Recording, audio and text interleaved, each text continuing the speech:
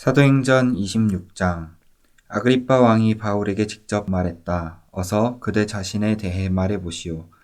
바울이 증언대에 서서 자신의 이야기를 했다.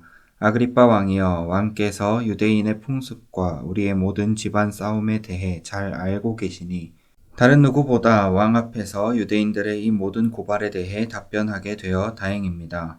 젊어서부터 나는 예루살렘의 내 민족들 속에서 살았습니다. 그 도성에서 내가 잘하는 것을 지켜본 유대인들은 만일 그들이 위험을 감수할 마음이 있다면 왕께 직접 증언할 수도 있을 것입니다.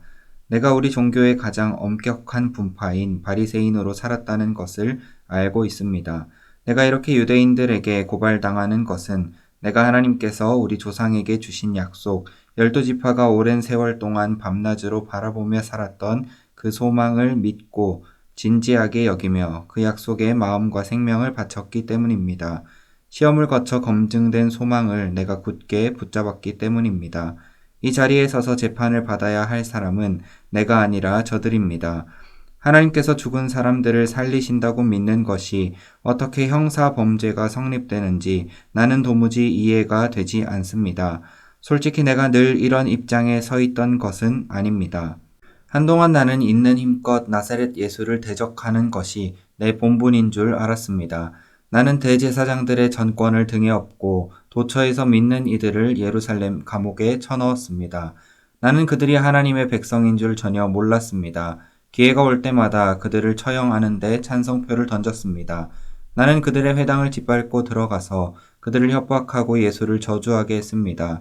나는 그 사람들을 소탕하는 일에 사로잡힌 폭군이었습니다. 그러다가 나는 예루살렘 바깥에 있는 여러 도시에서도 그 일을 시작했습니다. 그날도 여느 때처럼 내 활동을 공인해주는 대제사장들의 문서를 가지고 다마스쿠스로 가고 있는데 한낮의 하늘에서 햇빛보다 더 밝은 눈부신 빛이 나와 내 동료들에게 쏟아져 내렸습니다. 오 왕이여, 그렇게 화날 수가 없었습니다. 우리는 앞으로 고꾸라졌습니다. 그때 히브리 말로 한 음성이 들렸습니다. 사울아, 사울아, 왜 나를 해치려고 하느냐? 무슨 고집으로 순리를 거스르는 것이냐? 나는 주님 누구십니까? 하고 말했습니다. 그 음성이 대답했습니다. 나는 내가 짐승을 추적하듯이 핍박하는 예수다. 그러나 이제 일어나거라. 내가 내게 맡길 일이 있다. 너는 오늘 일어날 일과 내가 앞으로 너에게 보여줄 일의 종과 증인이 될 것이다. 그 일을 위해 내가 너를 선택했다. 내가 너를 보내는 것은 이방인들의 눈을 열어주어 그들로 하여금 어둠과 빛의 차이를 보고 빛을 선택하게 하며 사탄과 하나님의 차이를 보고 하나님을 선택하게 하려는 것이다. 내가 너를 보내는 것은 내가 그들의 죄를 용서하고 그들에게 내 가족의 신분을 주려는 것이다. 나를 믿어 참된 삶을 시작하는 사람들 속으로 그들을 초청하려는 것이다. 아그리빠 왕이여, 그러니 내가 어찌하겠습니까? 그런 비전을 두고 그냥 물러설 수는 없었습니다. 그 자리에서 나는 순종하며 믿는 자가 되었습니다. 나는 이 삶의 변화, 하나님께 전적으로 돌아서는 것과 그것이 매일의 삶에서 갖는 의미를 그곳 다마스쿠스에서 전하기 시작했습니다. 예루살렘과 인근 지역으로, 거기서 다시 온 세상으로 나아갔습니다. 그날 유대인들이 성전에서 나를 붙잡아 죽이려고 한 것도 바로 온 세상으로 나아간 것 때문입니다. 저들은 하나님을 자기들한테만 묶어두려고 합니다. 그러나 하나님께서는 약속하신 대로 내 편에 서 주셨습니다. 내가 지금 이 자리에 서서 하는 말은 왕이나 어린아이나 할 것 없이 누구든지 들으려고 하는 사람에게 내가 들려준 이야기입니다. 그리고 이 모든 말은 예언자들과 모세가 그렇게 되리라고 한 것과 정확하게 일치합니다. 그것은 첫째로 메시아가 반드시 죽어야 하며, 둘째로 그분이 죽은 자들 가운데서 살아나셔서 하나님을 모르는 사람들과 하나님을 경외하는 사람들 모두에게 하나님의 빛을 비추는 첫 번째 빛이 되리라는 것입니다. 베스도에게 이 말은 버거운 것이었다. 그는 큰 소리로 말을 잘랐다. 바울, 그대가 미쳤소. 책을 너무 많이 읽고 허공을 너무 오래 쳐다봤소. 그만 자중하고 현실 세계로 돌아오시오. 그러나 바울은 물러서지 않았다. 베소도 총독각하, 정중히 아뢰입니다. 나는 미치지 않았습니다. 맑은 정신으로 똑바로 말하는 것입니다. 왕께서는 내가 무슨 말을 하는지 잘 알고 계십니다. 내 이야기 중에 왕께서 제정신이 아니라고 여길 만한 말은 하나도 없었다고 확신합니다. 왕은 오래전부터 이 일을 다 알고 계셨습니다. 이 일은 아무도 모르게 벌어진 일이 아닙니다. 아그리빠 왕이여, 예언자들을 믿으시지 않습니까? 대답하지 않으셔도 믿으시는 줄 내가 압니다. 그러자 아그리빠 왕이 대답했다. 이대로 더 가다가는 내가 나를 그리스도인으로 만들겠구나. 바울이 결박된 채 말했다. 그것이 내가 기도하는 바입니다. 지금이나 나중이나 왕뿐 아니라 오늘 여기서 이야기를 듣고 있는 여러분 모두가 나처럼 되기를 바랍니다. 이렇게 결박된 것만 빼고 말입니다. 왕과 총독이 버니게와 참모들과 함께 일어나 옆방으로 가서 지금까지 들은 것을 두고 의논했다. 그들은 금세 바울이 무죄라는데 뜻을 같이 하며 말했다. 이 사람은 사형은 고사하고 감옥에 갇힐 만한 일도 한 적이 없습니다. 아그리빠 왕이 베스도에게 말했다. 황제 앞에서 재판받기를 요청하지만 않았어도 지금 당장 석방할 수 있었을 겁니다. 27장. 우리가 이탈리아로 항해할 준비를 마치자 바울과 다른 죄수 몇이 친위대의 일원인 율리오라는 백부장 감독하에 배치되었다. 우리는 아드라무테노에서 온 배에 올라탔다. 그 배는 에베소와 서쪽 항구로 향하는 배였다. 데살로니가 출신의 마케도니아 사람 아리스다고가 우리와 동행했다. 이튿날 우리는 시돈에 입항했다. 율리오는 바울을 아주 관대하게 대했다. 배에서 내려 그곳 동료들의 환대를 받도록 허락해 주었다. 다시 뱃길에 오른 우리는 서쪽에서 불어오는 맞바람 때문에 키프로스 북동 해안을 바람막이 삼아 북쪽으로 항해했다. 그리고 다시 해안을 따라 서쪽으로 향하여 무라항에 닿았다. 거기서 백부장은 이탈리아로 가는 이집트 선박을 찾아 우리를 그 배에 옮겨 태웠다. 그런데 사나운 날씨를 만나 항로를 유지하기가 불가능했다. 갖은 고생 끝에 마침내 우리는 크레타섬 남쪽 해안에 이르러 아름다운 항구, 이름 그대로였다에 닻을 내렸다.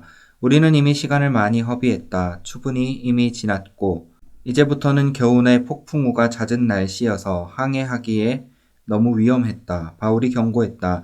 지금 바다로 나갔다가는 재난을 당해 짐과 배는 말할 것도 없고 목숨까지 잃을 것입니다. 그러나 그곳은 겨울을 나기에 적합한 항구가 못 되었다. 거기서 몇 킬로미터 떨어진 베닉스가 더 나았다. 백부장은 바울의 경고를 흘려듣고 선장과 선주의 말을 쫓아 다음 항구로 향했다. 남쪽에서 미풍이 불어오자 그들은 순항할 줄로 생각해 닻을 올렸다. 그러나 바다에 나가기가 무섭게 악명 높은 북동풍이 맹렬한 기세로 몰아쳤다. 배는 완전히 그들의 통제를 벗어나고 말았다. 풍랑 가운데 떠다니는 나뭇잎 신세였다. 우리는 가우다라는 작은 섬을 바람막이 삼아 간신히 구명보트를 준비하고 돛을 내렸다. 그러나 모래톱에 바위가 많아 섬에 다가갈 수 없었다. 우리는 닻을 던져 겨우 표류를 막고 바위에 부딪히는 것을 면할 수 있었다. 이튿날 다시 물결이 높아진 데다 폭풍 후에 배가 큰 손상을 입어 우리는 배 밖으로 짐을 던졌다. 사흘째 되는 날에는 선원들이 장비와 식료품까지 내던져 배를 좀 더 가볍게 했다. 해와 별을 보지 못한 지 벌써 여러 날이었다. 바람과 파도가 사정없이 우리를 때렸고 우리는 구조되리라는 희망마저 잃고 말았다. 식욕도 삶의 의욕도 잃어버린 지 오래될 즈음에 바울이 우리 가운데 서서 말했다. 여러분이 크레타에서 내 말을 들었더라면 이 모든 고생과 시련을 피할 수 있었을 것입니다. 그러나 지금부터 상황이 호전될 테니 지난 일에 연연할 것 없습니다. 우리 가운데 단 한 사람도 물에 빠져 죽는 일은 없을 것입니다. 하지만 배도 무사할 것이라고는 말 못하겠습니다. 배는 파선할 것입니다. 지난밤에 내가 섬기는 하나님의 천사가 내 곁에 서서 말했습니다. 바울아, 포기하지 마라. 너는 장차 황제 앞에 설 것이다. 너와 함께 항해하는 사람들도 모두 무사할 것이다. 그러니 사랑하는 친구 여러분, 용기를 내십시오. 나는 하나님께서 내게 말씀하신 그대로 행하실 것을 믿습니다. 그러나 우리는 한 섬에 난파될 것입니다. 열나흘째 되는 날 밤에 우리는 아드리아해 어디쯤에서 표류하고 있었다. 자정 무렵에 선원들은 배가 육지 가까이로 다가가고 있음을 직감했다. 수심을 재어보니 약 40m였고 잠시 후에는 약 30m였다. 그들은 배가 좌초될까 두려워 닻을 4개 내리고 어서 햇빛이 나기를 빌었다. 선원들 가운데 몇 사람이 배에서 탈출하려고 했다. 그들은 뱃머리에서 닻을 더 내리는 척하면서 구명보트를 내렸다. 바울이 그들의 속셈을 꿰뚫어 보고는 백부장과 병사들에게 말했다. 이 선원들이 배에 남아있지 않으면 우리는 다 빠져 죽을 것입니다. 그러자 병사들이 구명보트 줄을 끊어 그냥 떠내려가게 했다. 동틀 무렵 바울이 사람들을 모두 불러 모아 아침 식사를 권했다. 우리가 음식 없이 지낸 지 벌써 열나흘이 되었습니다. 아무도 음식 생각이 없었습니다. 하지만 이제 뭘 좀 먹어야 합니다. 기력이 있어야 구조도 되지 않겠습니까? 여러분은 상처 하나 입지 않고 여기서 벗어날 것입니다. 그는 빵을 떼어 하나님께 감사하고 모두에게 돌렸다. 다들 실컷 먹었다. 모두 276명이었다. 사람들이 다 배부르게 먹고 남은 곡식은 바다에 버려 배를 가볍게 했다. 날이 밝았으나 아무도 그 땅이 어디인지 알아보지 못했다. 그때 근사한 해안이 펼쳐진 만이 눈에 들어왔다. 그들은 해안가에 배를 대기로 하고 닷줄을 자르고 키를 풀고 돛을 올리고 순풍을 받아 해안으로 향했다. 그러나 뜻대로 되지 않았다. 아직도 해안가로부터 꽤 먼데 배가 암초와 충돌해 부서지기 시작했다. 병사들은 죄수들이 헤엄쳐 탈출하지 못하도록 그들을 죽일 작정이었다. 그러나 백부장이 바울을 구하기 위해 병사들을 막았다. 그는 누구든지 헤엄칠 줄 아는 사람은 물속으로 뛰어들어 헤엄쳐가고 나머지 사람들은 나무 조각을 붙잡으라고 명령했다. 다들 무사히 해안에 닿았다. 28장 인원을 점검해 보니 모두가 무사했다. 우리가 있는 곳이 몰타 섬이라는 것을 알았다. 그곳 원주민들이 우리에게 특별히 친절을 베풀어 주었다. 비가 오고 날이 추워서 우리가 흠뻑 젖자 그들은 큰 불을 피우고 그 주위에 우리를 모이게 했다. 바울도 힘껏 거들기 시작했다. 그가 나뭇가지 한 다발을 모아다가 불에 넣자 불 때문에 깨어난 독사가 그의 손을 물고 놓지 않았다. 원주민들은 바울의 손에 매달린 뱀을 보고 그가 살인자여서 응분의 벌을 받는 것이라고 단정했다. 바울은 손을 털어 뱀을 불 속에 떨어버렸다. 그는 물리기 전과 다름없이 멀쩡했다. 그들은 그가 급사할 것으로 예상했다가 그런 일이 일어나지 않자 이번에는 그가 신이라고 단정했다. 그 섬의 지역 추장은 보블리오였다. 그는 우리를 손님으로 자기 집에 맞아들여서 몸도 녹이고 사흘 동안 편히 묵게 해주었다. 마침 보블리오의 아버지가 고열과 이질로 알아누워 있었다. 바울이 노인의 방에 들어가서 안수하고 기도하자 그의 병이 나았다. 그가 나았다는 소식이 순식간에 퍼졌고 이내 그 섬에 병든 자들이 와서 고침을 받았다. 우리는 몰타에서 3달 동안을 아주 잘 지냈다. 그들은 우리를 극진히 대접해 주었다. 모든 쓸 것을 채워주고 남은 여정에 필요한 장비까지 챙겨주었다. 그곳 항구에서 겨울을 난 이집트 선박이 이탈리아로 떠날 준비가 되어 우리도 그 배에 올랐다. 그 배의 머리에는 쌍둥이 자리, 곧 천상의 쌍둥이가 조각되어 있었다. 배는 수라구사에 사흘 동안 정박해 있다가 해안을 따라 레기온으로 올라갔다. 이틀 후에 우리는 남풍을 힘입어 나폴리만에 입항했다. 거기서 우리는 그리스도인 동료들을 만나 일주일 동안 함께 지냈다. 그 후에 우리는 로마로 갔다. 로마의 동료들이 우리가 온다는 소식을 듣고 마중을 나왔다. 그 가운데 한 무리는 아피온 광장까지 나왔고 다른 무리는 세막사라는 곳에서 우리를 맞았다. 짐작하듯이 그것은 감정을 주체할 수 없는 만남이었다. 바울은 찬양이 흘러넘쳐 감사의 기도로 우리를 인도했다.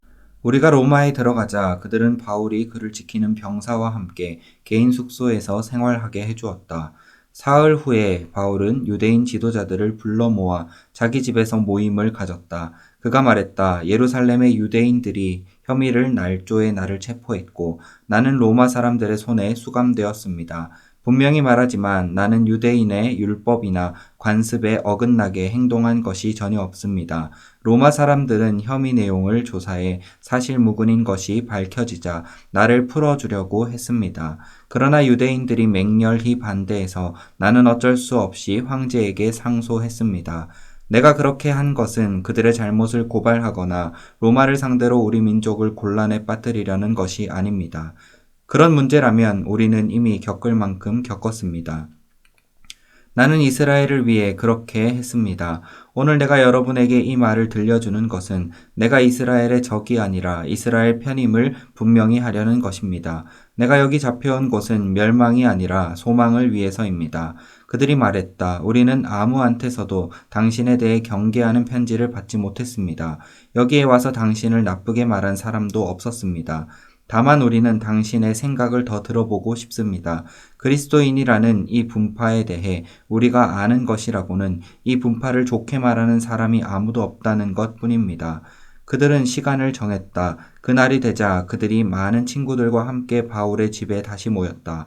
바울은 아침부터 저녁까지 온종일 그들에게 하나님 나라에 관한 모든 것을 설명했다. 그리고 모세와 예언자들이 예수에 대해 기록한 것을 짚어가며 그들 모두를 힘써 설득했다. 그들 가운데 어떤 이들은 그의 말에 설득되었으나 다른 이들은 한마디도 믿으려 하지 않았다. 믿지 않는 이들이 서로 시비를 걸며 말다툼을 시작하자 바울이 끼어들었다. 여러분에게 한 말씀만 더 드리겠습니다. 성령께서 예언자 이사야를 통해 우리 조상에게 말씀하실 때 그분은 이것을 분명히 알고 계셨습니다. 이 백성에게 가서 이렇게 말하여라. 너희가 귀로 듣겠으나 한마디도 듣지 못할 것이요 눈으로 보겠으나 하나도 보지 못할 것이다. 이 사람들은 머리가 꽉 막혔다. 그들은 듣지 않으려고 손가락으로 귀를 틀어막는다. 보지 않으려고 나와 얼굴을 맞대어 내 치료를 받지 않으려고 두 눈을 질끈 감는다. 여러분에게는 이미 기회가 있었습니다. 다음은 이방인들 차례입니다. 내가 장담합니다. 그들은 두 팔 벌려 받아들일 것입니다. 2년 동안 바울은 셋집에서 살았다. 그는 찾아오는 사람 누구나 맞아들였다. 바울은 긴박한 마음으로 하나님 나라의 일을 모두 전하고 예수 그리스도에 관해 모든 것을 설명했다. 그의 집 문은 항상 열려 있었다. 아멘.